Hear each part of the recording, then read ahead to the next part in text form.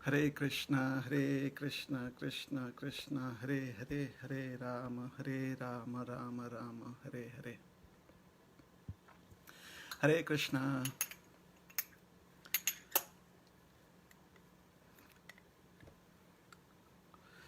जय राधा माधव कुंज बिहारी, जय राधा माधव कुंज बिहारी, जय गोपी जना बल्लभ गिरिवरधारी, जय गोपी जना बल्लभ गिरिवरधारी, यशोदानंदना ब्रज जनरंजन, यशोदानंदना ब्रज जनरंजन, जमुना तीरवनचारी,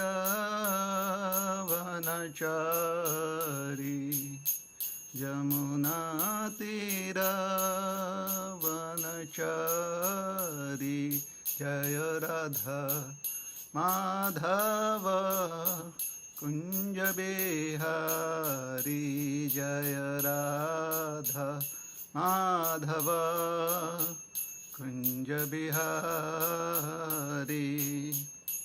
हरे कृष्णा कृष्णा कृष्णा हरे हरे, हरे राम राम राम हरे हरे, हरे कृष्णा कृष्णा कृष्णा हरे हरे, हरे राम राम राम हरे हरे, हरे कृष्णा कृष्णा कृष्णा हरे हरे, हरे राम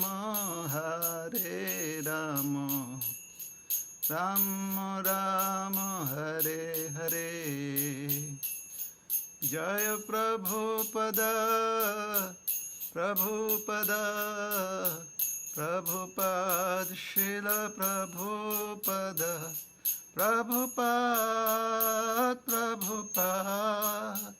प्रभुपाद जय जय प्रभुपाद।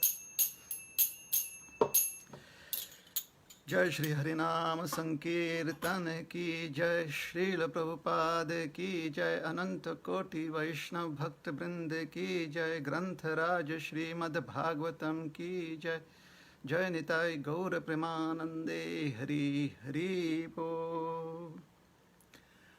ओम नमो भगवते वासुदेवाय,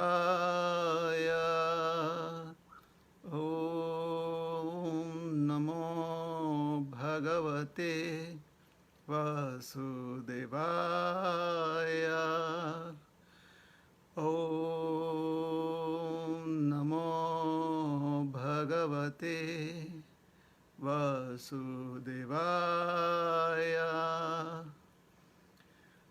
ओम नारायणं नमस्कृत्य नरं चैव नरोत्तमं, देवीं सरस्वतीं व्यासं ततो जयमुदीरयेत्। नष्टप्रायेषु भद्रेषु नित्यं भागवत सेवया, भगवत्युत्तमश्लोके भक्तिर्भवती नैष्ठिकी। हरे कृष्णा।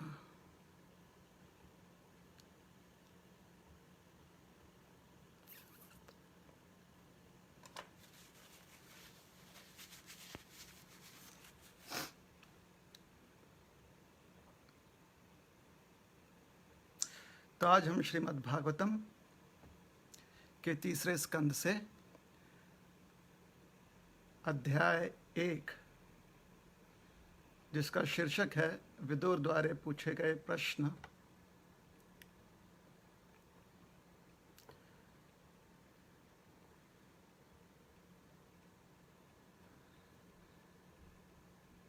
श्लोक क्रमांक 40 पर चर्चा कर रहे हैं। तो श्लोक 40। अहो पृथापि ध्रियतेर्भकार्थे राजर्षि वर्येण विनापि तेना यस्त्वेकवीरो धीरथो विजिज्ञे धनुर्द्वितीयः ककुभश् चतस्रः। अहो पृथापि ध्रियतेर्भकार्थे राजर्षिवर्येण विनापि तेन यस्त्वेकवीरो धीरथो विजिज्ञे धनुर्द्वितीयः ककुभश्चतस्रः। अहो पृथापि ध्रियतेर्भकार्थे राजर्षिवर्येण विनापि तेन यस्त्वेकवीरो धीरथो विजिज्ञे धनुर्द्वितीयः ककुभश्चतस्रः। अहो पृथापि ध्रियतेर्भकार्थे राजर्षिवर्येण विनापि तेन यस्त्वेकवीरो धीरथो विजिज्ञे धनुर्द्वितीयः ककुभश्चतस्रः।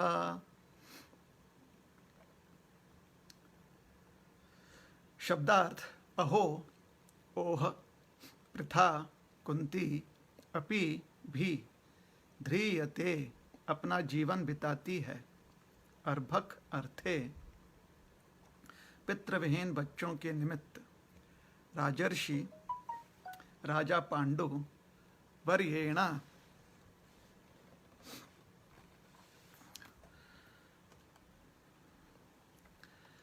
सर्वश्रेष्ठ, बिना अपि बिना भी, तेन उसके, यह जो, तू लेकिन, एक अकेला, वीरः योद्धा, अधीरथः सेनानायक, विजज्ञे जीत सका, धनुः धनुष, द्वितीयः दूसरा, ककुभः दिशाएं, चतस्त्र चारों। अनुवाद। हे स्वामी, क्या पृथा अब भी जीवित है? वह अपने पितृविहीन बालकों के निमित्त ही जीवित रही, अन्यथा राजा पांडु के बिना उसका जीवित रह पाना असंभव था, जो कि महानतम सेना नायक थे और जिन्होंने अकेले ही अपने दूसरे धनुष के बल पर चारों दिशाएं जीत ली थीं। तात्पर्य श्री श्रीमद् अभय चरणारविंद भक्ति वेदांत स्वामी महाराज श्रील प्रभुपाद जी द्वारा। एक पतिव्रता पत्नी अपने स्वामी अर्थात पति के बिना जीवित नहीं रह सकती, इसीलिए समस्त विधवाएं स्वेच्छा से उस प्रज्वलित अग्नि को गले लगाती थीं जो मृत पति को भस्म कर देती थी। भारत में यह अत्यंत सामान्य प्रथा थी, क्योंकि सारी पत्नियां सती तथा पतिव्रता होती थीं। बाद में कलयुग के आगमन के साथ ही पत्नियों का पतिपरायण होना कम होता गया और विधवाओं द्वारा स्वेच्छा से अग्निदाह अब अतीत की बात हो गई है। अभी थोड़े ही वर्षों पूर्व यह प्रथा समाप्त कर दी गई, क्योंकि स्वैच्छिक प्रथा ने बलात् सामाजिक प्रथा का रूप धारण कर लिया था। जब महाराज पांडु मरे तो उनकी दोनों ही पत्नियां माद्री तथा कुंती अग्निदाह के लिए तैयार थीं, किंतु माद्री ने कुंती से अनुरोध किया कि वे 5 पांडवों के जो छोटे बच्चे ही थे निमित्त जीवित रहें। जब व्यासदेव ने भी यही आग्रह किया तो कुंती ने ऐसा करना स्वीकार कर लिया। अतिशय विक्षोभ के बावजूद कुंती ने अपने पति की अनुपस्थिति में जीवन का भोग करने के लिए अपने क्षमा कीजिएगा, अतिशय विक्षोभ के बावजूद कुंती ने अपने पति की अनुपस्थिति में जीवन का भोग करने के लिए नहीं अपितु बच्चों को संरक्षण प्रदान करने के लिए जीवित रहने का निश्चय किया।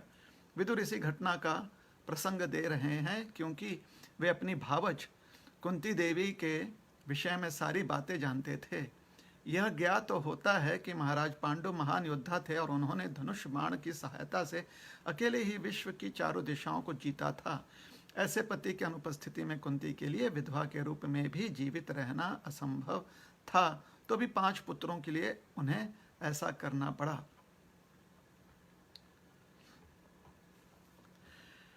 ओम अज्ञानतिमिरान्धस्य ज्ञानाञ्जनशलाकया चक्षुरुन्मिलितं येन तस्मै श्रीगुरवे नमः। श्रीचैतन्यमनोभीष्टं स्थापितं येन भूतले स्वयं रूप कदा मह्यं ददाति स्वपदान्तिकं। नमो विष्णुपदाय कृष्णप्रेष्ठाय भूतले श्रीमते भक्तिवेदान्तस्वामिनिति नामिने। नमस्ते सारस्वती देवे गौरवाणी प्रचारिणे निर्विशेष शून्यवादी पाश्चात्य देश तारिणे। वाञ्छाकल्पतरुभ्यश्च कृपा सिन्धुभ्य एव च पतितानां पावनेभ्यो वैष्णवेभ्यो नमो नमः। जय श्री कृष्ण चैतन्य प्रभु नित्यानंद श्री अद्वैत गदाधर श्रीवासादि गौर भक्त वृंद। हरे कृष्णा कृष्णा कृष्णा हरे हरे, हरे राम राम राम हरे हरे।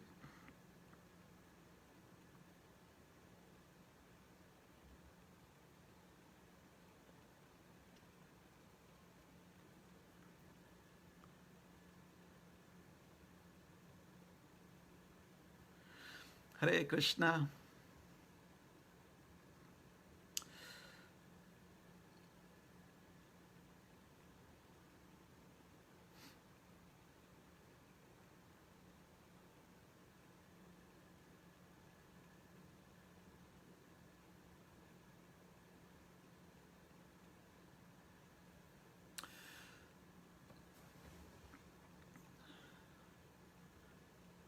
तो आज विदुर जी अपनी भावज या अपनी जो भाभी हैं उनके संदर्भ में जिज्ञासा व्यक्त कर रहे हैं। विदुर जी पूछ रहे हैं कि प्रथा कैसी है।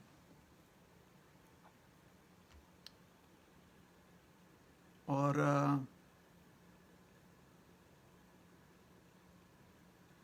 विशेष करके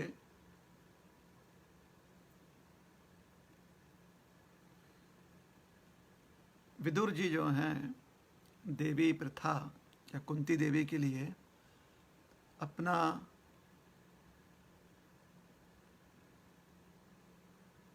आदर यहाँ पर व्यक्त कर रहे हैं कि उन्होंने कितनी सहिष्णुता और कितनी बहादुरी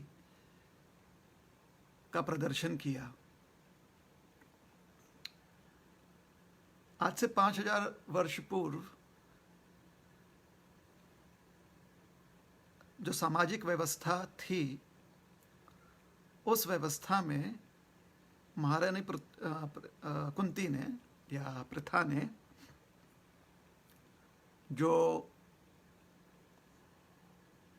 धैर्य दिखाया है, जो आत्मसंयम दिखाया है,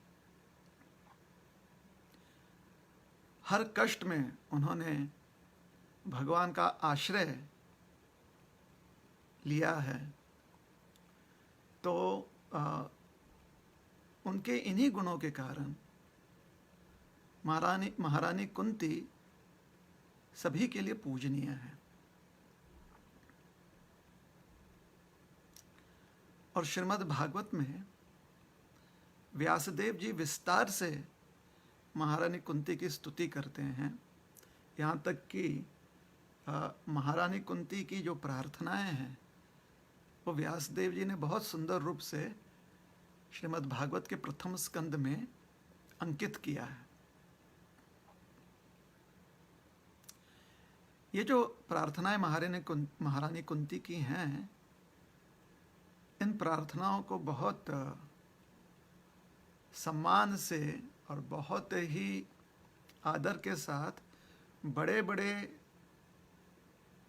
तपस्वी, सन्यासी और अन्य लोग भी उसका स्मरण करते हैं। उन प्रार्थनाओं का उल्लेख करते हुए कठिन से कठिन परिस्थिति में व्यक्ति को बहुत उत्साह प्राप्त होता है, उन प्रार्थनाओं का उल्लेख करते हुए या स्मरण करते हुए।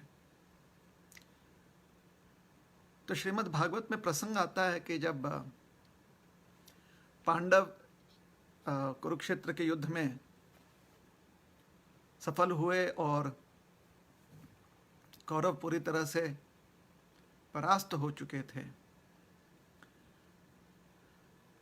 और अश्वत्थामा, कृतवर्मा, कृपाचार्य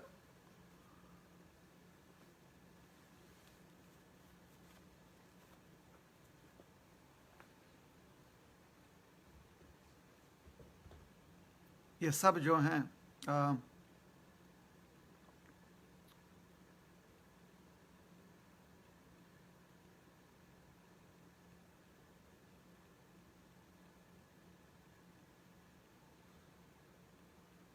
दुर्योधन के मृत्यु उपरांत और युद्ध में पराजित होने के कारण सबने अपने अस्त्र त्याग दिए थे, किंतु अश्वत्थामा फिर भी प्रयास कर रहे थे कि वह अपना उद्देश्य जो है उसे पूर्ण करें। अश्वत्थामा चाहते थे कि वह पांडवों को नुकसान पहुंचाएं, यह उनका उद्देश्य था।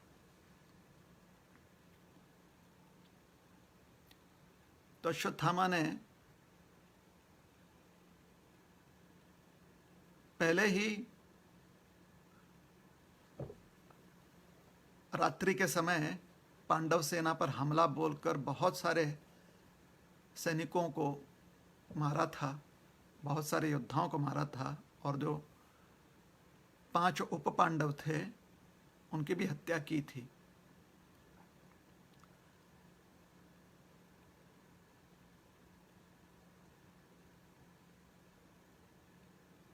किंतु जब दुर्योधन ने उन्हें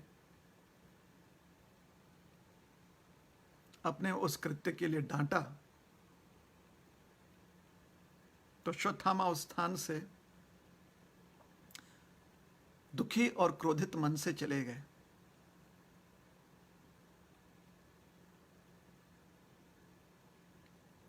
और उनके मन में एक बहुत ही अनुचित विचार प्रकट हुई।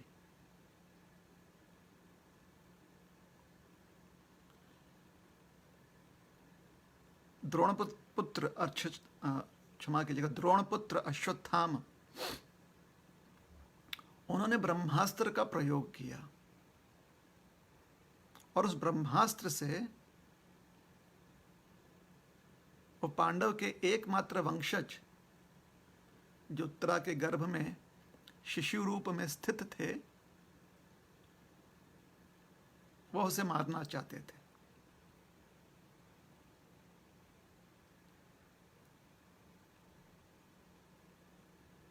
उत्तरा देवी ने उस ब्रह्मास्त्र को अपनी ओर आते हुए देखकर भगवान कृष्ण का आश्रय लिया।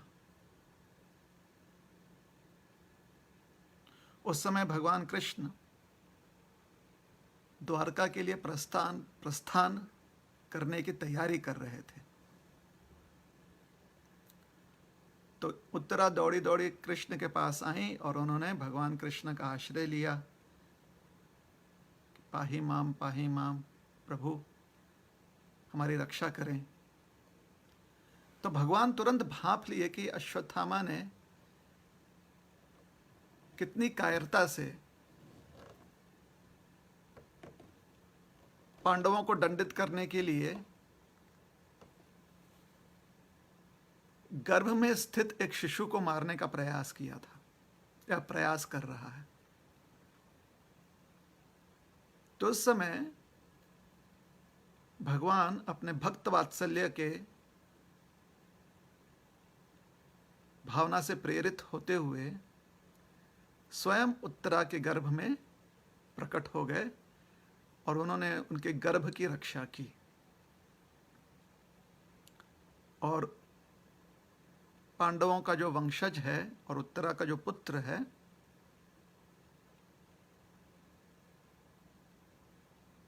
भगवान की कृपा से वो सुरक्षित, ब्रह्मास्त्र के प्रभाव से वो सुरक्षित रहा। ब्रह्मास्त्र भी जो है विफल हो गया और गर्भ में स्थित जो शिशु है वो पूरी तरह से सुरक्षित था। जब इस प्रकार से अश्वत्थामा का यह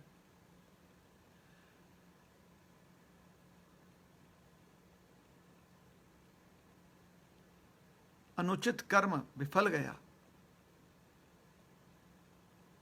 तो अर्जुन भगवान कृष्ण के सहित अश्वत्थामा को अपने इस कुकृत्य के लिए दंडित करने हेतु पकड़ने गए और अश्वत्थामा को पकड़कर द्रौपदी के सामने लाया गया और द्रौपदी ने उन्हें क्षमा कर दिया। और सभी लोग जो हैं अब थोड़े से निश्चिंत हो गए, क्योंकि अश्वत्थामा का जो शक्ति बल था, जो उसके माथे में एक मणि के उपस्थिति से प्राप्त हो रहा था, वह शक्ति क्षीण हो गई। तो अब पांडवों को किसी से भी किसी प्रकार का खतरा नहीं था। तो पांडव जो हैं सुरक्षित थे। और पांडवों के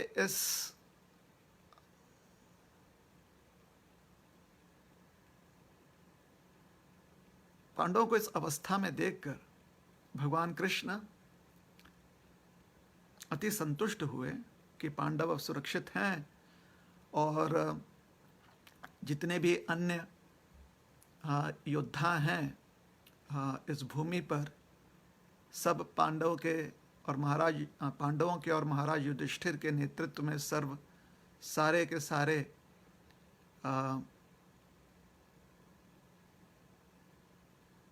राजा और उपराजा जो हैं वह सब धर्मनिष्ठ रहकर धर्मानुसार अपना कर्तव्य निभाएंगे। तो महाराज युधिष्ठिर और अन्य पांडवों से भगवान कृष्ण ने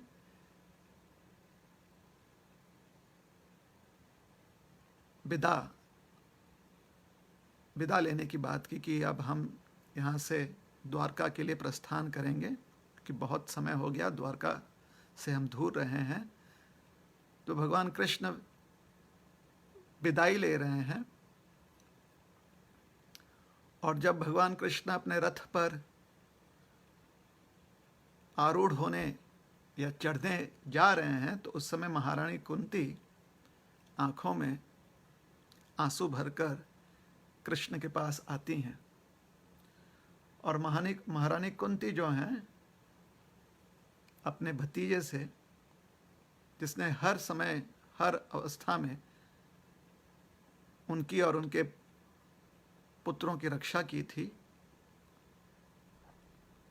उनसे स्नेहपूर्ण शब्दों में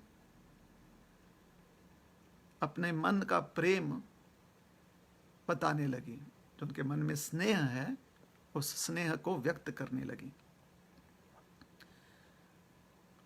और यही स्नेह के शब्द जो हैं महारानी कुंती के, जो उन्होंने भगवान कृष्ण के लिए समर्पित किया है, वो तब से लेकर आज तक और आने वाले अनंत काल तक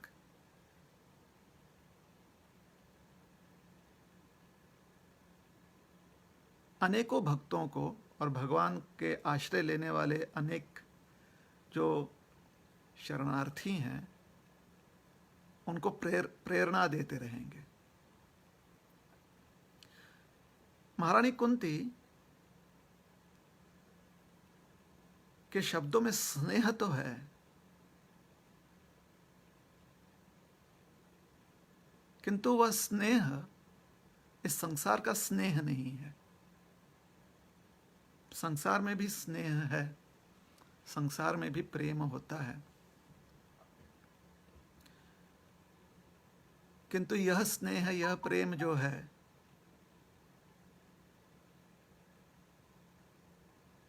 ये किसी कारणवश सीमित रह जाता है। किंतु महारानी कुंती जो स्नेह व्यक्त कर रही हैं भगवान कृष्ण के लिए, वह स्नेह इतना योग्य है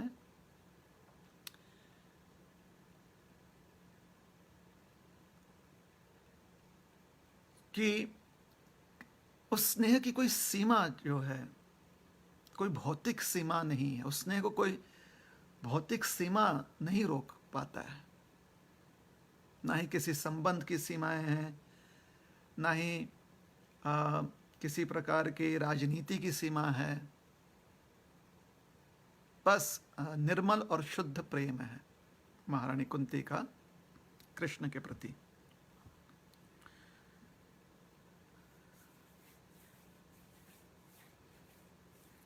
महारानी कुंती भगवान से प्रार्थना करती हैं, नमः पंकजनाभाय नमः पंकजमालिने नमः पंकजनेत्राय नमस्ते पंकजांग्रहे।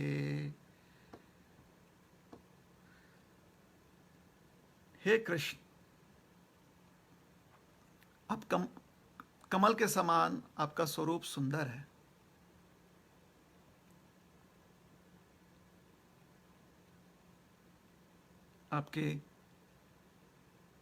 आपका उदर, आपका कमर जो है वह कमल के समान सुंदर है। आपके नेत्र कमल के समान सुंदर हैं।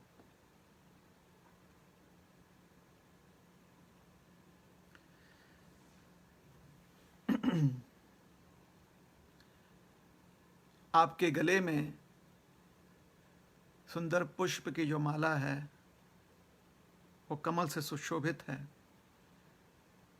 और आपके चरण जो हैं वो भी कमल पुष्प से अंकित हैं। इस प्रकार से आप पूरा पूरी बड़े ही सुंदर व्यक्ति हो। लेकिन ये आपकी सुंदरता जो है ये बड़ी शुद्ध है, निर्मल है। इसलिए भगवान की सुंदरता की तुलना कुंती महारानी पंकज से करती हैं। नमः पंकजनाभाय नमः पंकजमालिने नमः पंकजनेत्राय नमस्ते पंकजांग्रहे।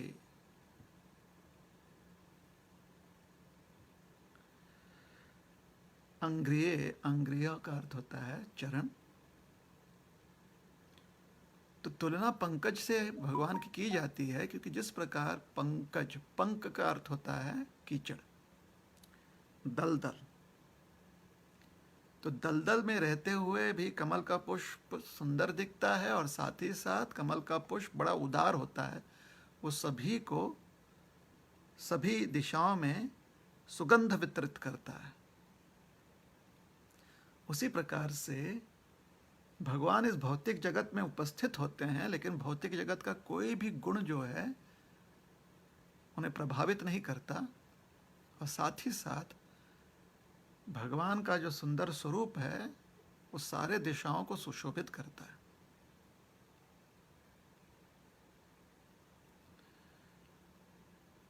तो इस प्रकार से भगवान की स्तुति करने के पश्चात मालिनी देवी, क्षमा कीजिएगा, कुंती देवी भगवान की जो विशेष कृपा है उसका वर्णन करना शुरू करती हैं।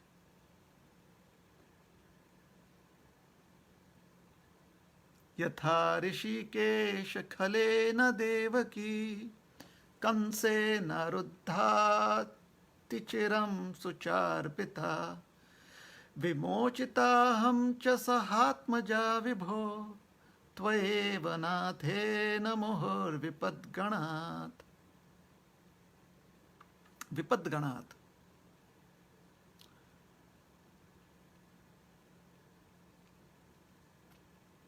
कुंती महारानी का जीवन विपत्तियों में बीता था।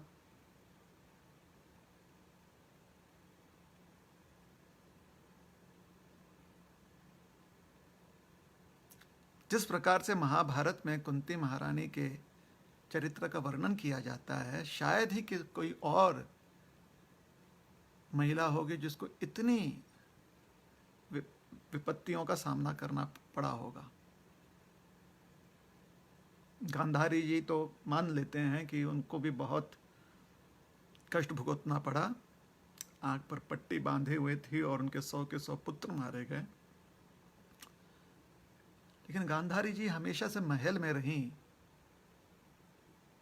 कभी भी उन पर या उनके संतानों पर किसी ने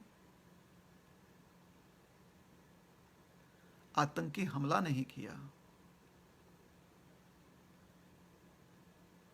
जो उनको पुत्र का अधिकार भी नहीं था, वह अधिकार उनके पुत्रों को प्राप्त भी हुआ। उत्तरा भी संकट में रही, बहुत छोटी सी उम्र में विधवा हो गई वो। जिस प्रकार से कुंती जी भी विधवा हुई थी, उत्तरा को भी अपने पुत्र को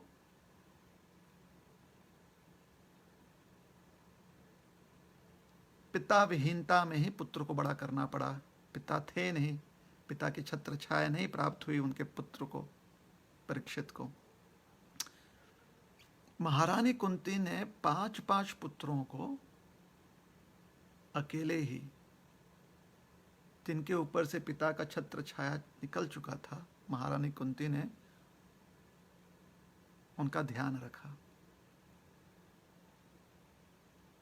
परीक्षित को कभी भी राजमहल से बाहर नहीं जाना पड़ा। परीक्षित पूरी तरह से सुरक्षित थे राजमहल में, किंतु कुंती और उनके पुत्रों को कई बार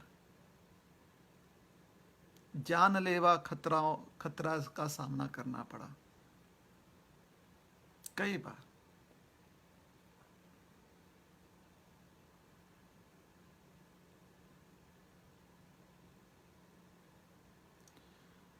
तो कुंती महारानी विपत,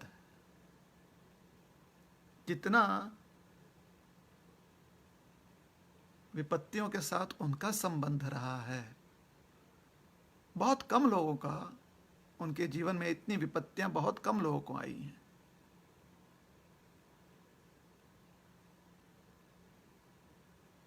तो यहां पर कुंती कह रही हैं, त्वयैव नाथेन मुहुर्विपद्गणात्। त्वयैव नाथेन, हे नाथ, हे कृष्ण, हे परमेश्वर, हे प्रिय,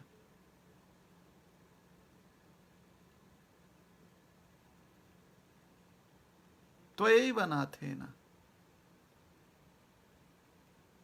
सिर्फ आप ही की वजह से, हे प्रभु,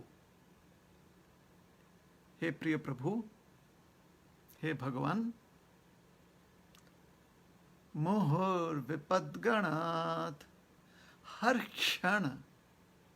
विपदगण मतलब ऐसे नहीं कि आपत्तियां जो हैं, समस्याएं अकेले आती थी, झुंड में समस्या आती थी। विपदगणात्, और ऐसे नहीं कि एक ही बार समस्या आई, समय समय पर समस्याएं आई उनके जीवन में।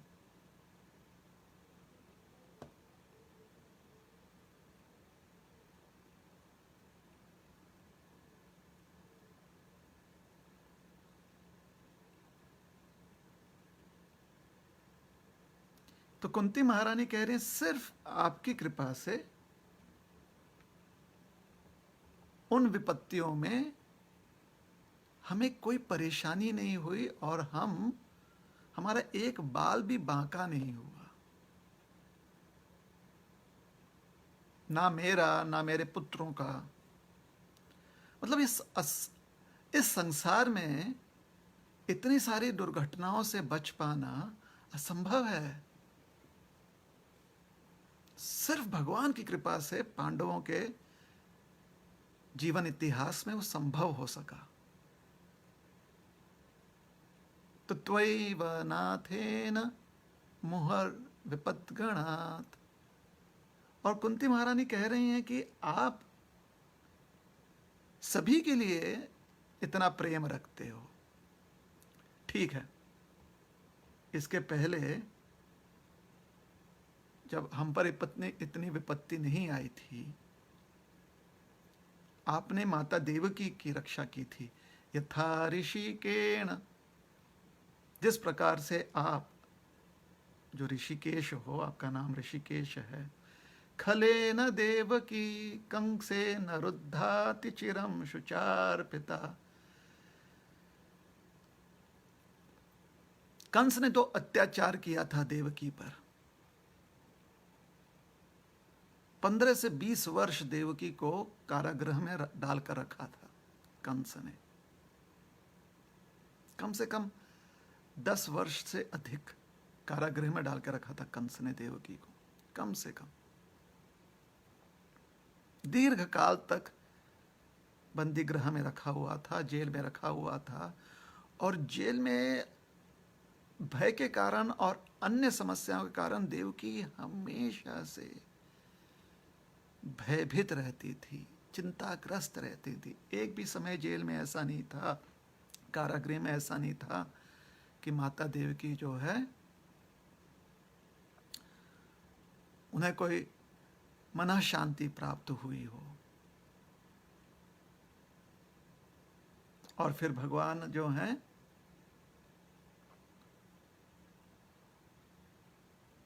दस वर्ष की आयु, 11 वर्ष की आयु में भगवान मथुरा आए और देवकी और वसुदेव जी को उन्होंने मुक्त किया। तो भाई कोई भी पुत्र अपने माता को संकट से तो बचाता ही है ना। तो देवकी को आपने बचाया तो लोग कह सकते हैं कि क्यों आपकी मां थी इसलिए आपने उन्हें उनके दुखों से मुक्त किया, दीर्घकालीन दुखों से मुक्त किया। किंतु आप सभी से उतना प्रेम करते हो। कुंती महारानी कहती हैं आपने सिर्फ देवकी को ही उनके दुखों से मुक्त किया हो, ऐसी बात नहीं है। देवकी के साथ साथ आपने हमें भी, और आपके अन्य और कितने भक्त हैं, सबके दुखों का विमोचन आप करते हो। विमोचिता हम च सहज च सहात्म आज सहात्म जा विभो विमोहित, क्षमा कीजिएगा, विमोचिता हम च, विमोचिता च हम सहात्म जा विभो। हे प्रभु, आपने देवकी के दुख का जिस प्रकार से विमोचन किया, विमोचिता अहम च, उसी प्रकार से आपने हमारे भी दुखों का निवारण किया। दीर्घ काल से हमें भी बहुत सारी समस्याएं आ रही थीं और आपने हमें हर दुख में, हर संकट में आपने हमें आश्रय प्रदान किया। तो लोग कहते हैं कि अगर भगवान ने रक्षा की थी तो फिर पांडवों को क्यों बार बार दुख आया।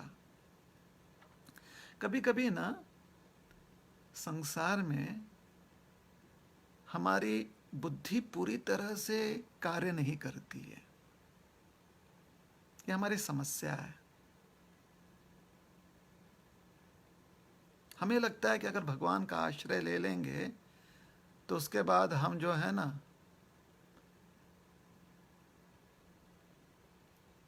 बिना कुछ काम किए आराम से रह सकते हैं। मतलब वो भगवान का आश्रय है तो फिर कोई काम करने की क्या आवश्यकता है, सब कुछ तो भगवान कर देंगे हमारे लिए, ऐसी भावना व्यक्ति के मन में आ जाती है।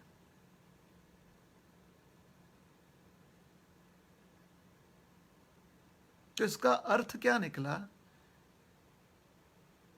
कि जब भगवान हमें आश्रय देते हैं तो हमको पूरी तरह से भगवान जो है निष्क्रिय कर देते हैं, मतलब पूरी तरह से हमें नपुंसक कर देते हैं भगवान। इसका अर्थ ऐसे निकलेगा ना, मतलब अब हम में कोई क्षमता नहीं रहेगी, हम में कोई बल नहीं रहेगा।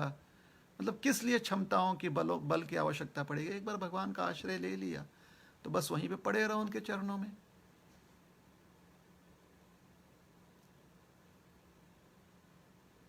तो भगवान का आश्रय प्राप्त करने का अर्थ ये नहीं होता है कि हम इम्पोर्टेंट हो जाएं।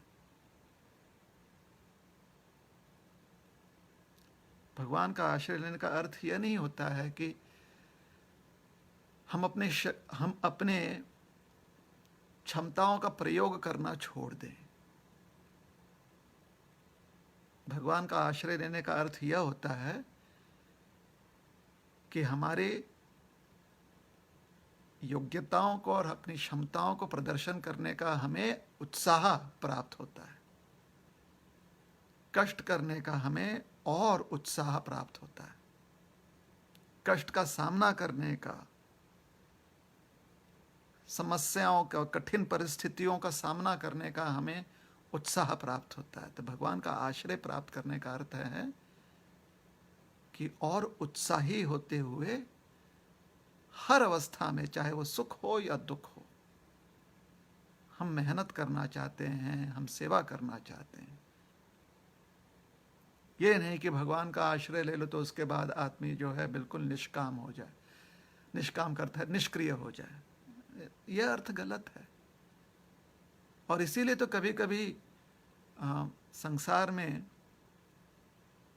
तथाकथित जो तार्किक लोग होते हैं वो भक्तों पर यह दोष डाल देते हैं, भक्तों का यह दोष दिखाते हैं कि जो भक्त होता है वो तो पूरी तरह से भगवान पर आश्रित होता है, तो फिर मतलब बिल्कुल कामचोर हो जाता है, वो बड़ा ही कामचोर हो जाता है भक्त। ऐसी धारणा हो जाती है संसार में, जबकि वास्तव में जो भगवान का भक्त बनता है वो और सेवा करता है और मेहनत करता है वो।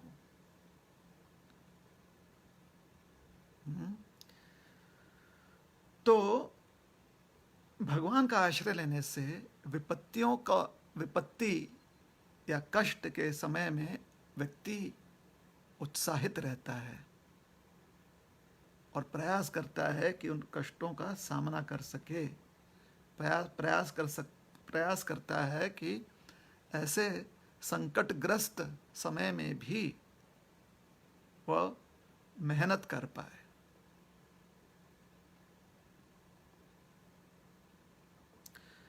फिर कुंती महारानी जो हैं,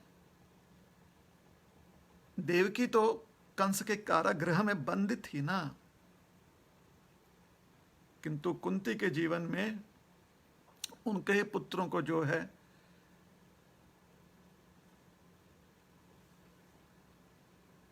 विष दिया गया,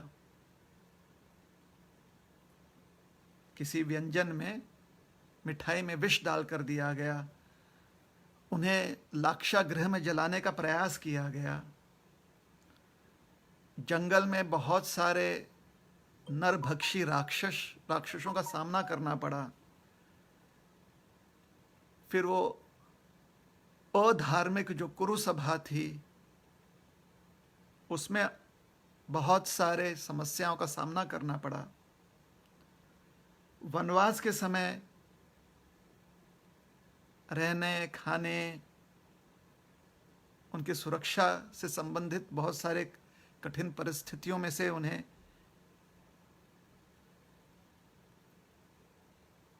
समय बिताना पड़ा, उन्हें कठिन परिस्थितियों में, और अंततः उस भीषण महायुद्ध में उन्हें भाग लेना पड़ा। और अब जाकर अश्वत्थामा का जो अस्त्र था, उस महासंकट का भी सामना करना पड़ा। और हर परिस्थिति में क्योंकि पांडव भगवान का नित्य स्मरण किया करते थे, तो भगवान कोई ना कोई मार्ग निकाल लेते थे पांडवों को आश्वासन देने के लिए, पांडवों को उत्साही रखने के लिए। किसी भी अवस्था में पांडवों को निरुत्साह का सामना नहीं करना पड़ा।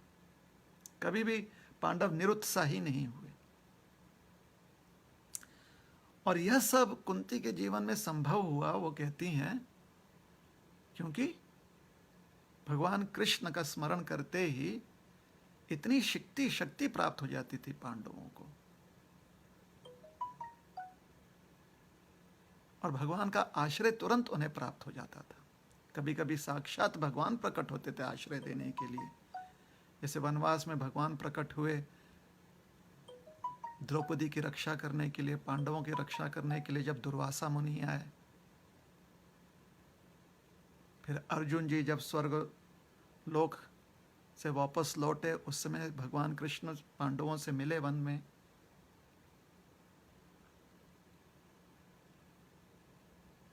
द्रौपदी के स्वयंवर के समय भी भगवान कृष्ण जो है ध्यान रखे हुए थे। पांडव वेश बदल के आए थे, लेकिन भगवान कृष्ण जानते थे, ध्यान रख रहे थे उन पर।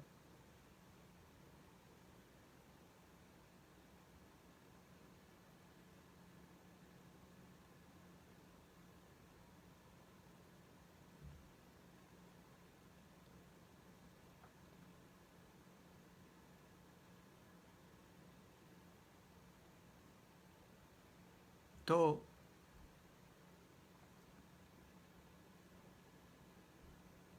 इन सारी चीजों पर वो ध्यान रख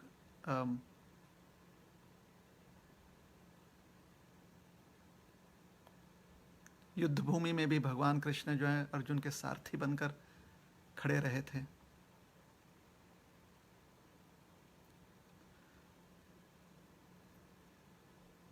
तो अब कुंती महारानी जो है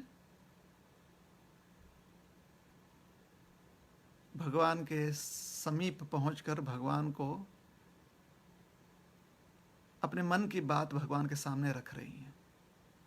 और तब कुंती महारानी कहती हैं, विपदः संतुता शश्वत तत्र तत्र जगद्गुरो भवतो दर्शनम यत् स्यात् अपुनर्भवदर्शनम। विपदः संतुता शश्वत तत्र तत्र जगद्गुरो। कुंती महारानी कहते हैं कि अब जब अंततो गत्वा अश्वत्थामा भी अब पूरी तरह से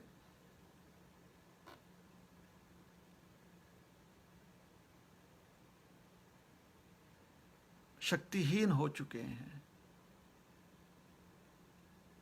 कौरव भी अब नहीं रहे,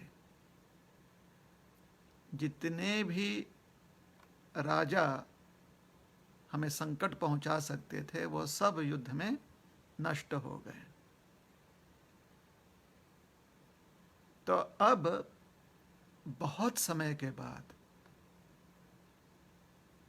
संकट मुक्त अवस्था आई है हमारे जीवन में, शांति का समय आया हमारे जीवन में। और जब हम यहाँ पर शांति प्रिय अवस्था में स्थित हैं, उस समय आप हमें छोड़कर द्वारका जा रहे हो, तो महारानी कुंती प्रार्थना करती हैं कि हे प्रभु, कम से कम जब संकट का समय था तो उस समय आपके स्मरण करते ही हम आपका आश्रय प्राप्त कर लेते थे, और अब जब हमारे जीवन में सुख है, शांति है, आपके प्रस्थान करने से यहाँ पर विरह प्राप्त हो जाएगा हमें, हम विरह की अनुभूति करेंगे। तो यह जो विरह की भावना है जिससे कि दुख हमें मिलेगा, यह जो दुख है, उस सारे जितने भी संकट हमारे जीवन में आए थे, उस पीड़ा के सामने यह पीड़ा कहीं अधिक है। इसलिए कम से कम संकट के कारण ही, संकट हमारे जीवन में था, उसके कारण आप हमारे जीवन में साक्षात उपस्थित रहते थे। तो कृपया वो सारे संकट हमारे जीवन में पुनः लौटा दें, ताकि हमारे जीवन से आप कभी प्रस्थान ना करो, हमसे दूर आप कभी मत जाओ।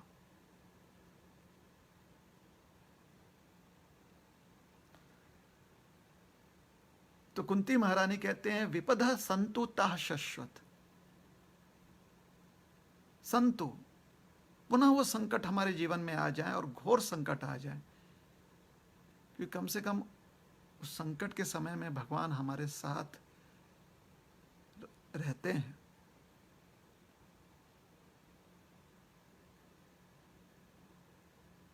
और अब क्योंकि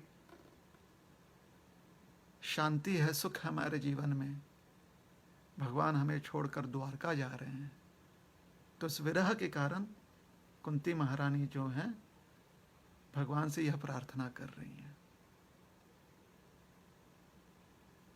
और कुंती महारानी फिर भगवान से कहती हैं कि वास्तव में हर व्यक्ति के जीवन में समस्याएं किसी न किसी रूप में रहती हैं भगवान।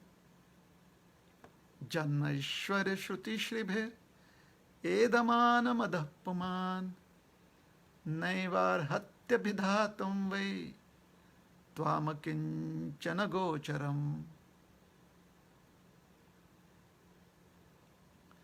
कहते हैं कि संसार में कुछ समस्याएं बाहरी होती हैं और कुछ समस्याएं जो हैं वो अंदरूनी होती हैं, जो मन को पीड़ा देती हैं, जो भीतर से ही व्यक्ति को खोखला बना देती हैं। और ऐसी कुछ समस्याएं हैं अहंकार से संबंधित। अहंकार जो है व्यक्ति को भीतर से खोखला बना देता है। अहंकार व्यक्ति का सबसे बड़ा शत्रु है, जो व्यक्ति के भीतर ही रहता है। और अहंकार उत्पन्न होता है बड़े ही असामान्य कारणों की वजह से, बड़े ही साधारण कारणों की वजह से। कि अगर आपने अच्छे कुल में जन्म लिया है या आपने ऊंची जाति में जन्म लिया है, तो उसका अहंकार व्यक्ति को हो सकता है कि हमारे बाबा ऐसे हैं, हमारे दादा ऐसे हैं, हमारे चाचा ऐसे हैं, हमारा समाज ऐसा है, हमारा देश ऐसा है, तो हमने तो कुछ किया नहीं, कोई पराक्रम नहीं किया, बस अपने जन्म का हमें अहंकार हो जाता है। कभी कभी थोड़ा सा व्यक्ति धनी हो जाता है, तो उससे जो कम धनी होते हैं या निर्धन होते हैं, या कभी कभी मन में ऐसा लगता है कि सामने वाला व्यक्ति हमारे जितना धनी नहीं है, तो उसके वजह से व्यक्ति के मन में अहंकार हो जाता है कि मेरे पास इतना धन है, उस धन के बलबूते पर मैं इतना सुख प्राप्त करूंगा कि कोई मुझे नहीं रोक सकता।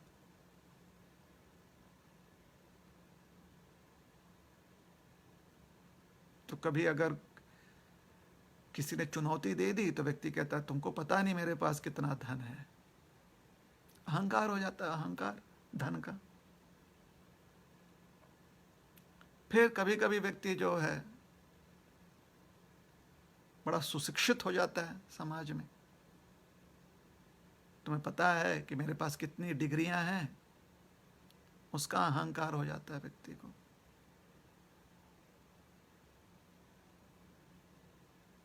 एक बार दो व्यक्ति चर्चा कर रहे थे कि तुम्हारे पास क्या डिग्री है, तुम्हारे पास क्या डिग्री है, तुम कितने शिक्षित हो बताओ। भारत में ही थे दोनों व्यक्ति, भारत के ही।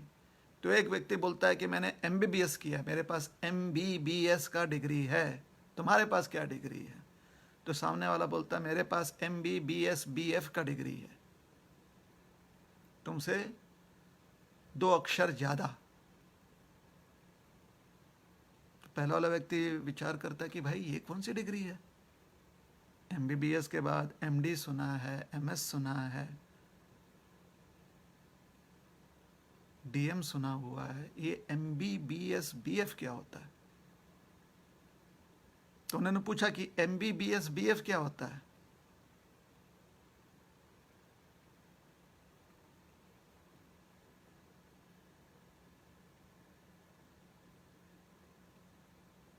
तो सामने वाले ने पूछा एमबीबीएस क्या होता है बताओ। तो उसने कहा bachelor of medicine, bachelor in surgery, है ना, bachelor in medicine and bachelor in surgery MBBS होता है, हमने वो किया हुआ है। तो दूसरा वाला बोलता है हमने भी किया है bachelor in medicine and bachelor in surgery but fail, इसलिए बीएफ। ऐसे ही मजाक में कह रहे हैं। तो लोगों को अपने अपने डिग्रियों का गर्व होता है कि हमने इतना शिक्षण प्राप्त किया हुआ है। पता है तुम किससे बात कर रहे हो? हमारे पास इतनी डिग्रियां हैं।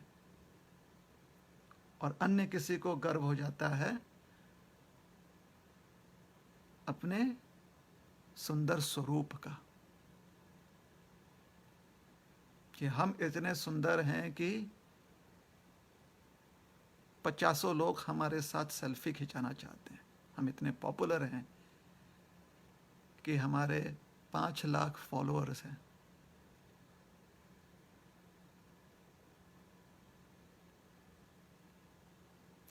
तो ये जो शत्रु हैं, ये अंदरूनी शत्रु हैं, ये व्यक्ति के भीतर ही रहते हैं। तो कुंती महारानी कह रही हैं कि प्रभु, बाहर जो शत्रु थे, बाहर जो संकट था, उससे तो हम मुक्त हो गए, लेकिन जो हमारे मन में जो शत्रु हैं, जो नित्य हमें परेशान करते रहते, वहां पर भी हमें आपके आश्रय की आवश्यकता है।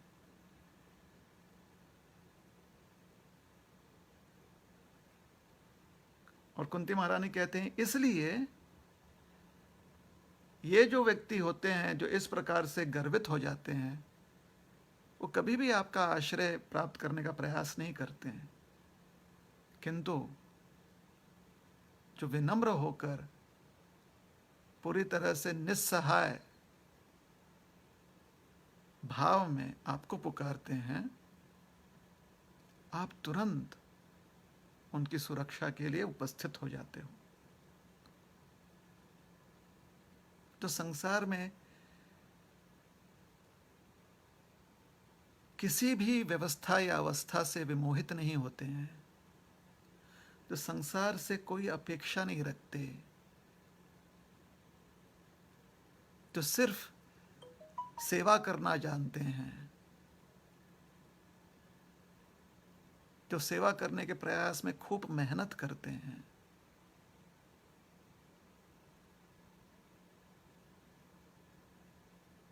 आप उनके लिए बड़े आसानी से प्रकट हो जाते हो, आप बड़े आसानी से उन्हें प्राप्त हो जाते। त्वाम अकिंचन गोचरम।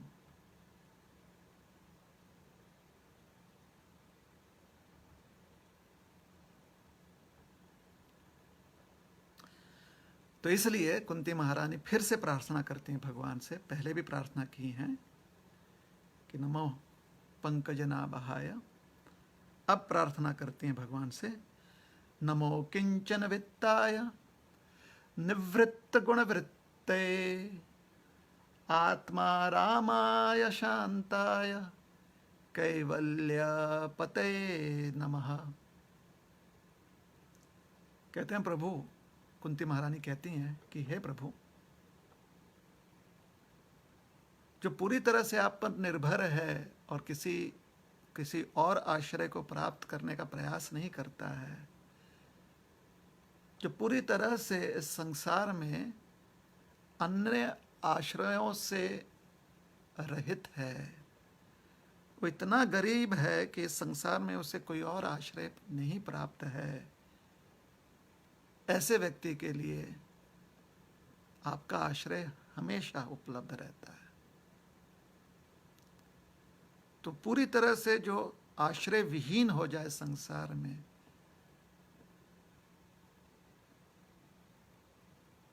वैसे तो आप हर किसी को आश्रय देते हो, लेकिन अगर कोई पूरी तरह से आश्रय विहीन हो जाए तो ऐसे व्यक्ति को आश्रय देने वाले आप हो। अकिंचन वित्ताय, इसलिए जो पूरी तरह से संसार में संसार के प्रलोभनों के प्रति गरीब है, ऐसे गरीब व्यक्ति के धन आप हो।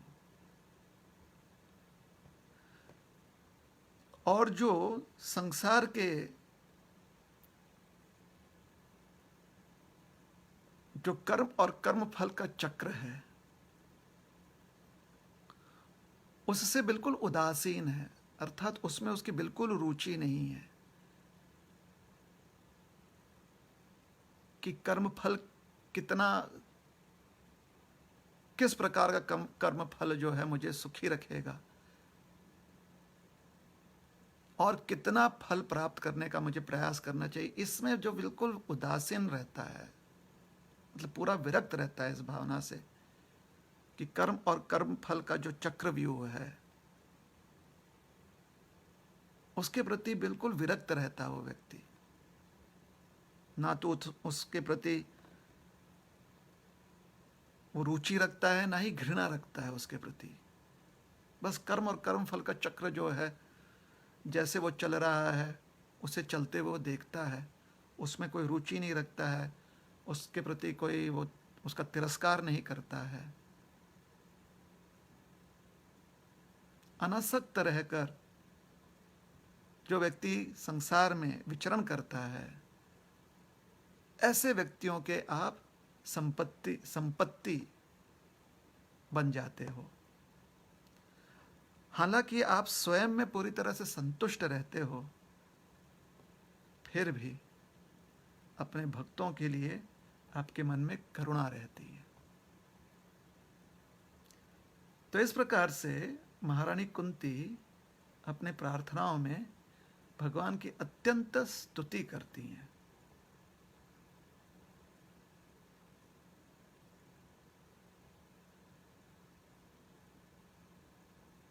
और फिर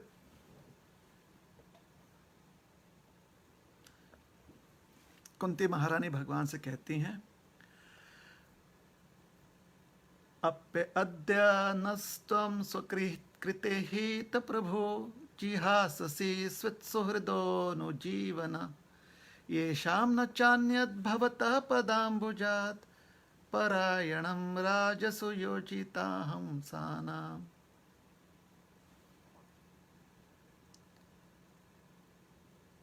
हालांकि युद्ध में विजय होने का फल हमें प्राप्त है, लेकिन वास्तव में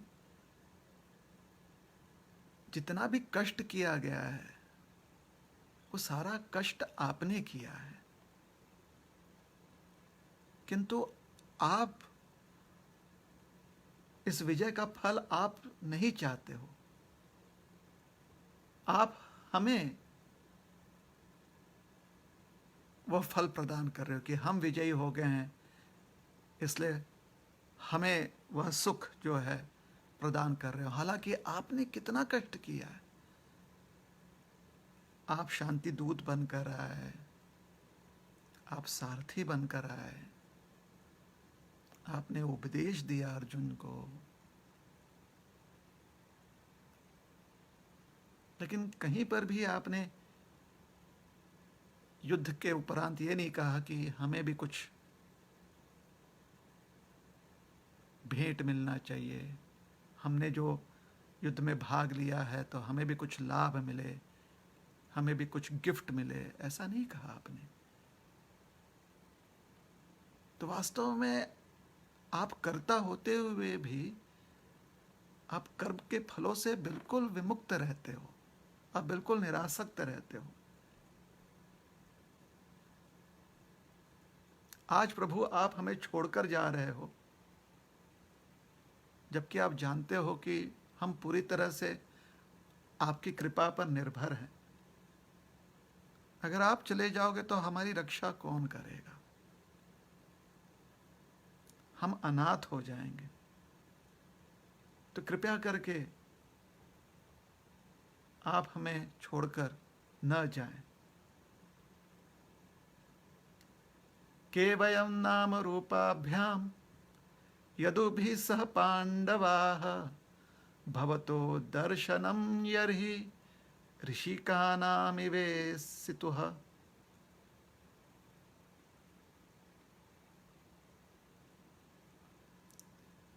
जब किसी की मृत्यु हो जाती है तो उसकी मृत्यु के साथ धीरे धीरे लोग जो हैं उनके यश, उनके जो भी पराक्रम थे, उसे भी लोग धीरे धीरे भूल जाते हैं।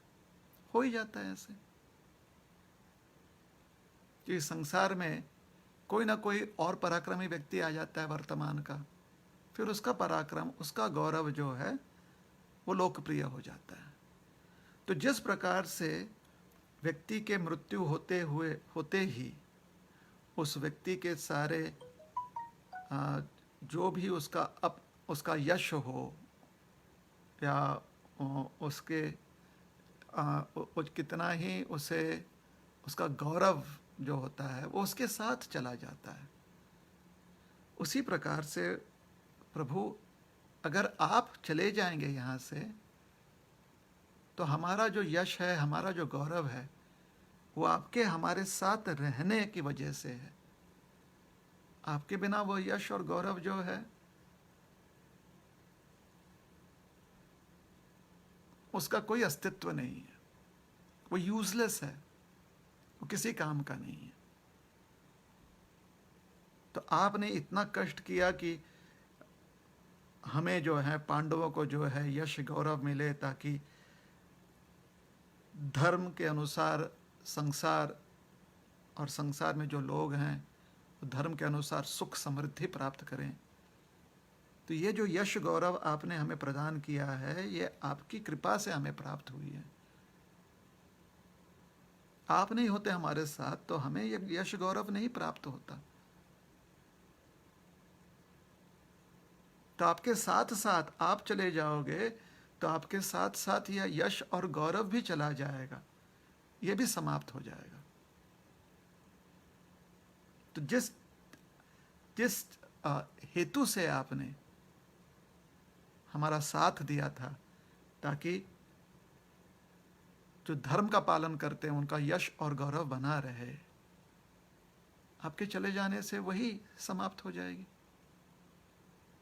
आपके बिना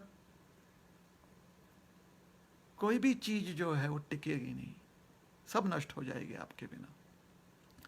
तो इसलिए हम पर दया करके प्रभु आप जो हैं यहीं पर हमारे साथ रह जाएं। और कुंती महारानी कहती हैं, नेयम शोभिष्यते तत्र यथेदानीं गदाधर त्वत्पदैरंकिता भाति स्वलक्षणा विलक्षिते ही। वो कहती हैं, आज ये हस्तिनापुर की भूमि इतनी पूजनीय है, लोग जो हैं इस भूमि का और यहाँ के राजा का इतना सम्मान करते हैं, वो इसलिए है क्योंकि इस भूमि पर आपके चरण कमल पड़े हैं। क्योंकि यह भूमि जो है, यहाँ का रज जो है आपके चरण पद से, आपके चरण चिन्ह से अंकित है, तभी इसकी शोभा है। और इसलिए ये धरती, ये भूमि सुंदर दिख रही है। और अगर आप इस भूमि को त्याग कर चले जाओगे और आपके चरण चिन्ह नहीं पड़ेंगे, आपके चरण कमल नहीं पड़ेंगे इस भूमि पर, तो ये भूमि भी पूरी तरह से बंजर हो जाएगी। तो वास्तव में जो भी गौरव है हस्तिनापुर का, वह आप हैं। और आप चले जाओगे तो उसके साथ हस्तिनापुर का गौरव भी समाप्त हो जाएगा। इसलिए हे प्रभु, आप हमें छोड़कर मत जाएं। जितनी समृद्धि प्राप्त है हमें, वो सिर्फ आपकी कृपा दृष्टि से हमें प्राप्त है। उसके बाद कुंती महारानी प्रार्थना करती हैं, अथ विश्वेश विश्वात्मन विश्वमूर्ते स्वकेशु में स्नेह पाशम इमं छिंदी दृढ़म पांडुषु वृष्णुषु। वो कहती हैं, हे विश्व के आत्मन, हे परमात्मा, हे परमेश्वर, अभी भी हमारी समस्या समाप्त नहीं हुई है।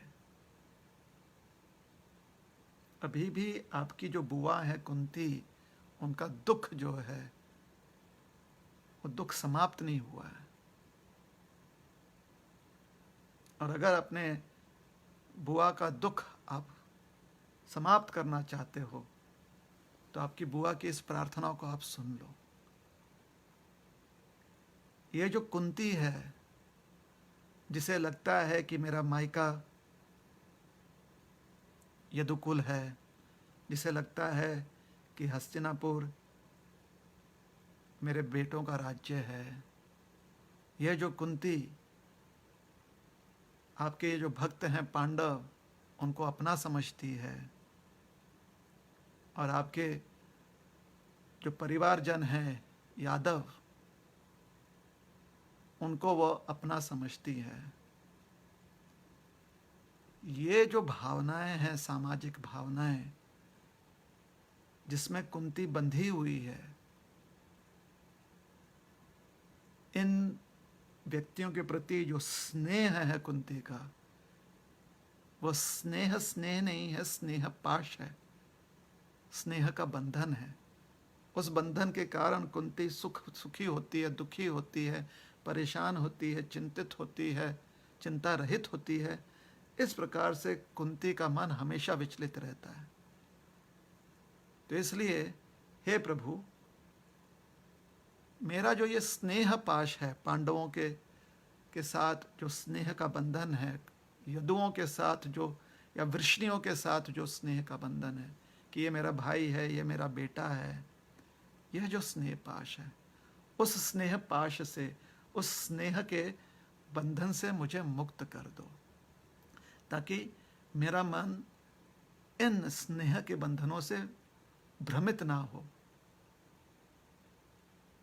और त्वयि में अनन्या विषया मतिर्मधुपते सकृत रतिम उद्वहात अड्ढा गंगे वोघम उदन्वति। त्वयि में अनन्या विषया मतिर्मधुपते सकृत। कहती हैं, इन विषयों से, इन स्नेह पाशों से, स्नेह संबंधों से मेरा मन मुक्त हो जाए, और रतिम उद्वहतात अड्ढा, और आपके लिए जो मेरी रति है वो इतनी तीव्र हो जाए कि जिस प्रकार से, तीव्रता से गंगे वोघम उदन्वति, गंगा जो समुद्र की ओर दौड़ती है, तीव्र गति से गंगा जी समुद्र से मिलने के लिए दौड़ती हैं, वैसे ही मेरा मन बेझिझक, बिना किसी अवरोध के, बिना किसी रुकावट के, बिना किसी डिस्ट्रैक्शन के आपकी ओर दौड़ जाए। तो हे ऋषिकेश, हे कृष्ण, हे मधु, हे माधव, त्वयि में अनन्या विषया मतिर्मधुपते स्कृत। मधुपते, जो मधु वंश है, माधव, भगवान का नाम माधव है, मधुकुल, मधु वंश के जो प्रिय सदस्य हैं,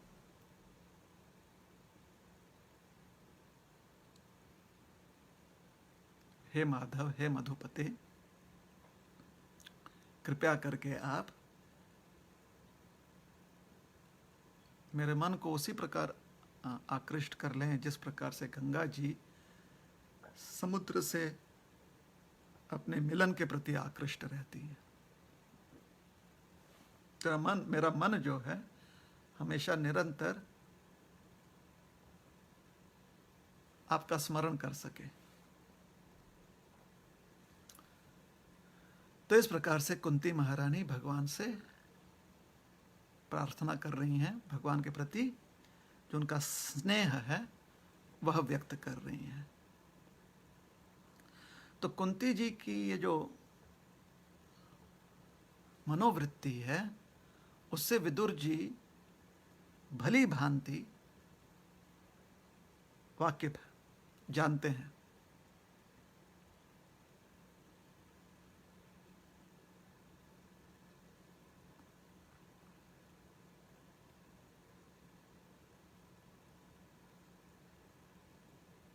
कि कुंती सिर्फ इसी कारण से इस संसार में उन्होंने जीवित रहने का विचार किया, क्योंकि वो पांडवों को सुरक्षित रखना चाहती थी। और ये है वह अपनी सेवा के रूप में पांडवों के प्रति और जो कुरु वंश है उनके प्रति जो सेवा है उनकी, जो उनका कर्तव्य है, उस कर्तव्य के कारण उन्होंने वैसा किया। तो जो भी कृष्ण भावना भावित होता है वो अपने कर्तव्य को ठीक से समझता है। कैसे उसकी क्या समझ होती है अपने कर्तव्य से संबंधित? वो जानता है कि जिस भी स्थिति में वो है, जिस भी परिवार में है, जिस भी समाज में है, जहाँ का भी वो नागरिक है, उसका कर्तव्य उसकी सेवा है। जो भगवान के प्रति उसकी सेवा भावना है, वही सेवा भावना को एक स्वरूप मिला है कर्तव्य के रूप में, और वो अपने कर्तव्यों का पालन करता है वो व्यक्ति। कुंती महारानी के पास विकल्प था, उसके पास एक संधि थी कि वो महाराज पांडु के साथ स्वर्ग गमन कर सकती थी, लेकिन उनकी सेवा फिर पूरी नहीं होती। और अगर सेवा उन्हें पूर्ण करनी है तो उन्हें अपने कर्तव्य पर ध्यान देना उचित था, और वैसा ही उन्होंने कहा, वैसा ही उन्होंने किया। उन्होंने अपने कर्तव्य पर ध्यान दिया। और जिन जिन परेशानियों से, संकटों से, जहां पर उनके प्राणों को भी खतरा था, उनके प्राण जो है जा सकते थे, उन सारे समस्याओं से जूझते हुए विदुर जी ने देखा था कुंती जी को। और जिस प्रकार से हर अवस्था में कुंती जी सुरक्षित रही, बड़ा ही अद्भुत था वो। इसलिए विदुर जी पूछते हैं कि क्या प्रथा अभी भी पांडवों के प्रति, अपने पुत्र के प्रति जो अपना कर्तव्य है वो निभाते हुए जीवित है? क्योंकि जिस प्रकार के संकटों से कुंती बीती थी, शायद कभी भी उनकी मृत्यु हो सकती थी।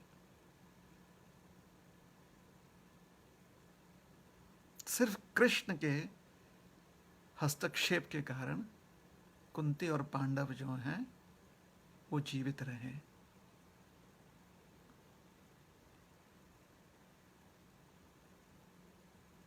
विदुर जी जानते थे भगवान ने स्वयं या भगवान ने अपने बुद्धिमान भक्तों के माध्यम से, जैसे विदुर जी के माध्यम से या अन्य ऋषि मुनियों के माध्यम से, पांडवों की रक्षा की। तो इसलिए विदुर जी पूछ रहे हैं कि वो अभी भी जीवित हैं और अपने कर्तव्य का पालन कर रही हैं, क्योंकि कर्तव्य पालन में उन्हें कोई भी मायूस नहीं कर सकता। यहाँ तक कि मृत्यु भी और पति के प्रति जो उनका स्नेह है वह भी उनके कर्तव्य पालन में उन्हें मायूस नहीं कर सकता है, रोक नहीं सकता है। सिर्फ मृत्यु उनको रोक सकता था। तो वही पूछ रहे हैं कि वो ठीक है ना, अभी भी जीवित है ना। कहने का तात्पर्य है कि इतनी संकटों में कोई साधारण व्यक्ति जीवित नहीं रह सकता था। वो बस एक कुंती है जो इतने कर्तव्यनिष्ठ है, इतने सेवा भक्त है कि हर परिस्थिति में का सामना किया, उसमें वह उस संकट से वो बच भी गई, उसमें सुरक्षित भी रहीं, उन संकटों को मात भी दिया और कभी भी किसी को कोसा नहीं, किसी को दोषी ठहराया नहीं महारानी कुंती ने। कभी भी किसी का तिरस्कार नहीं किया महारानी कुंती ने। तो वह कुंती वो ठीक तो हैं। और फिर वो कहते हैं कि इसलिए कुंती को जो एक उनके जीवन में उन्हें एक तो उनके पुत्र जो हैं वो बड़े ही अद्भुत पुत्र प्राप्त हुए, लेकिन एक अन्य जो कुंती महारानी को वरदान प्राप्त था या उन्हें एक जो बहुत उनके जीवन में अच्छी बात जो हुई वो यह थी कि वो पांडु जी को अपने पति के रूप में प्राप्त कर पाई। और ये पांडु कौन थे? जब पांडु जी का जन्म हुआ था, उनकी माता अंबालिका जी, तो व्यासदेव जी की कृपा से अंबालिका जी जो हैं वो गर्भवती हुई और तुरंत उन्होंने और जब उन्होंने जन्म दिया पांडु को, उस समय व्यासदेव जी आए थे वहां पर। तो व्यासदेव जी ने पहले ही अपनी माता सत्यवती जी को, जो कि अंबालिका की सास भी थी, उन्हें बता दिया था कि इनको जो पुत्र प्राप्त होगा वो शारीरिक रूप से बड़ा कमजोर होगा। तो पहला जो पुत्र प्राप्त हुआ था कुरुवंश का, जो आगे चलकर राजा बनने वाला था, वह नेत्रहीन प्राप्त हुआ था, अंधा जन्म लेने वाला था। तो इसलिए वो राजा नहीं बन सकता है। हालांकि शारीरिक बल उसका बहुत था। यह व्यासदेव जी ने वरदान दिया था कि उसकी भुजाओं में 10,000 हाथियों की शक्ति होगी, बड़ा पराक्रमी होगा वो, किंतु राजा नहीं बन सकता है वो, क्योंकि नेत्रहीन है। तत्पश्चात जब दूसरी संतान के बारे में कहा कि यह संतान जो है शरीर से बड़ा ही कमजोर होगा, तो माता सत्यवती को पुनः चिंता सताने लगी, वो दुखी हो गई। तो उस समय व्यासदेव जी ने अपनी माँ को दुखी अवस्था में देखकर उनके मन में दया आ गई और उन्होंने वरदान दे दिया उस संतान को, जो आगे चलकर पांडु के नाम से प्रख्यात हुए, कि हालांकि ये शरीर से कमजोर होगा किंतु इसका पराक्रम जो है विश्व भर में उसकी चर्चा की जाएगी। जब यह धनुष और बाण उठाकर कहीं पर भी अपनी दृष्टि डालेगा तो वहां पर वो विजयी होगा। और इस प्रकार से व्यासदेव जी से जो वरदान प्राप्त थी, उस वरदान के आशीर्वाद से और स्वयं के पराक्रम के कारण पांडु जो हैं वो सर्व दिशा विजयी हो गए। सारे दिशाओं में उन्हें विजय प्राप्त हो गया। और उसके बारे में यहाँ पर उसी की चर्चा की जा रही है, जब विदुर जी कहते हैं कि कुंती को यह वरदान प्राप्त था, या कुंती को यह लाभ प्राप्त था कि उसे एक वीर पति के रूप में प्राप्त हुए थे। ऐसा वीर प्राप्त हुआ था जो चारों दिशाओं में, चतस्र ककुभः, चारों दिशाओं में विजयी हो पाया, सिर्फ अपने शक्ति के बलबूते पर।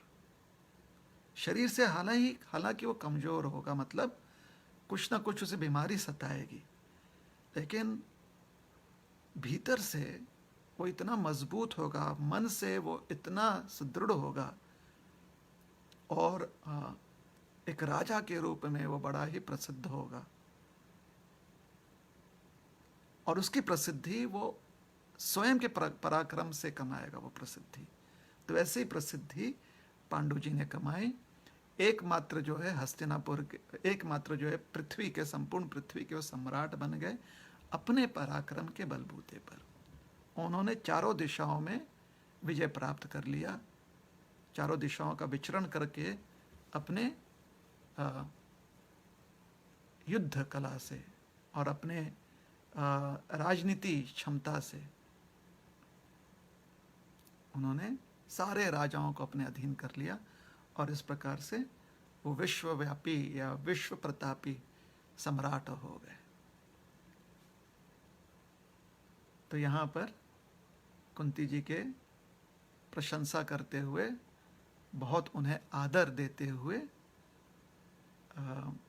उनके कुशलता के संदर्भ में विदुर जी जिज्ञासा व्यक्त कर रहे हैं। हरे कृष्ण कृष्ण कृष्ण हरे हरे, हरे राम राम राम हरे हरे। तो यहाँ पर हम रुकते हैं। अगर आप में से किसी के मन में कोई भी प्रश्न हो आज के प्रवचन से संबंधित, तब आप उस प्रश्न को कमेंट सेक्शन में लिख सकते हैं, और हम तक वो प्रश्न पहुंचाए जाएंगे, और यथाशक्ति हम उस प्रश्न का उत्तर देने का प्रयास करेंगे। तो एक प्रश्न हम तक आया है कि अश्वत्थामा ने बड़ा ही कुकर्म किया था, बड़े ही कायरतावश उसने एक निहत्थे शिशु पर ब्रह्मास्त्र का प्रयोग किया था, तो फिर भी क्यों अश्वत्थामा को जीवन दान दिया गया? तो ये महारानी द्रौपदी के आदेश से हुआ था। जब अश्वत्थामा को बंदी बनाकर लाया गया था, तो महारानी द्रौपदी को उन पर दया आ गई, और इस कारण से दया आ गई क्योंकि अश्वत्थाम जो हैं अपनी माता के एकमात्र पुत्र थे, और द्रौपदी के सारे पुत्र जो हैं युद्ध में मारे गए थे। कुछ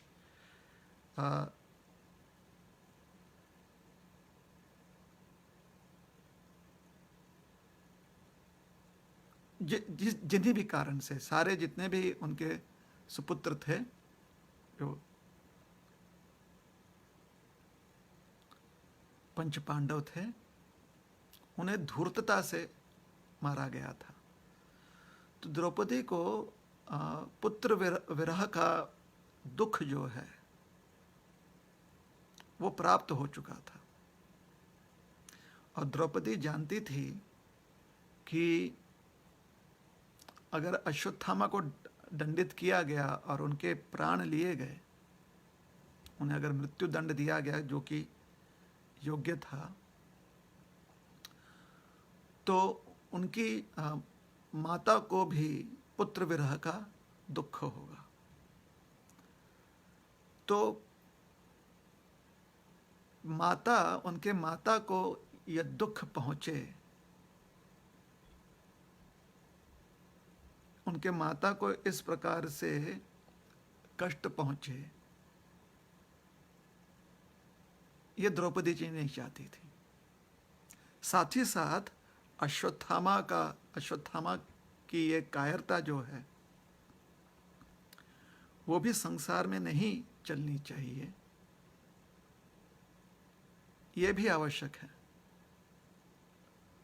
तो द्रौपदी जी ने विचार किया कि अश्वत्थामा को शक्तिहीन अगर कर दिया जाए तो फिर उसके लिए ये मृत्यु से अधिक पीड़ा होगी और यही उसका उचित दंड होगा। और उसके इसी बात से भगवान कृष्ण भी सहमत थे कि अश्वत्थामा को मृत्यु दंड दिए बिना भी उसे दंडित किया जा सकता है अगर उसकी शक्ति उससे छीन ली जाए, जिसकी वजह से वो अहंकारी हो चुका था और अपनी शक्ति के ही आधार पर, उसके अपनी शक्ति की वजह से ही वह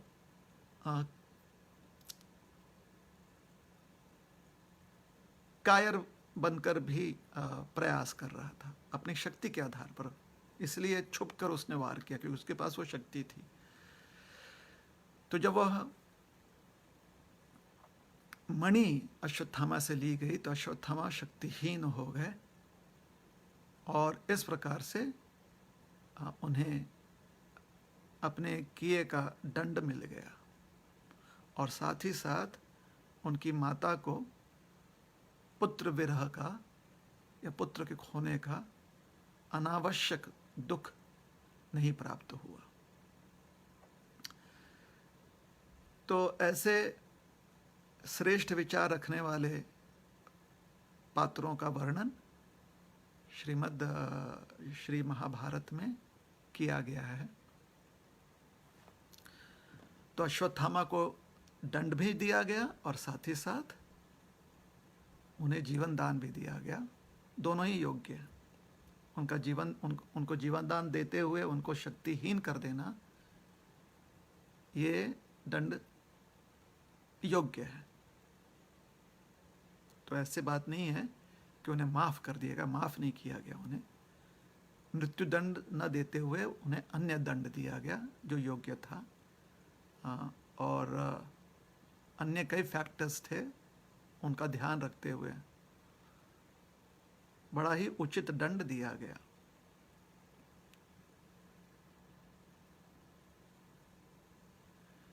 ठीक है, अगर और कोई प्रश्न है किसी के मन में तो आप कृपया करके अपना प्रश्न जो है भेज दें। हम 3 बार हरे कृष्ण महामंत्र का उच्चारण करेंगे, तब तक प्रश्न आप भेज सकते हैं। अगर कोई प्रश्न हम तक नहीं पहुंचेंगे तो कथा को यहीं पर विराम देंगे। हरे कृष्ण कृष्ण कृष्ण हरे हरे, हरे राम राम राम हरे हरे, हरे कृष्ण कृष्ण कृष्ण हरे हरे, हरे राम राम राम हरे हरे, हरे कृष्ण कृष्ण कृष्ण हरे हरे, हरे राम राम राम हरे हरे।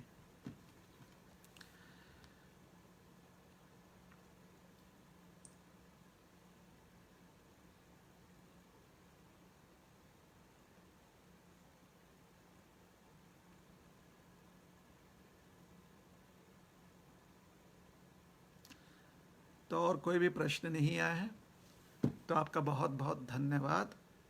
ग्रंथराज श्रीमद् भागवतम की जय, श्रील प्रभुपाद की जय। हरे कृष्ण।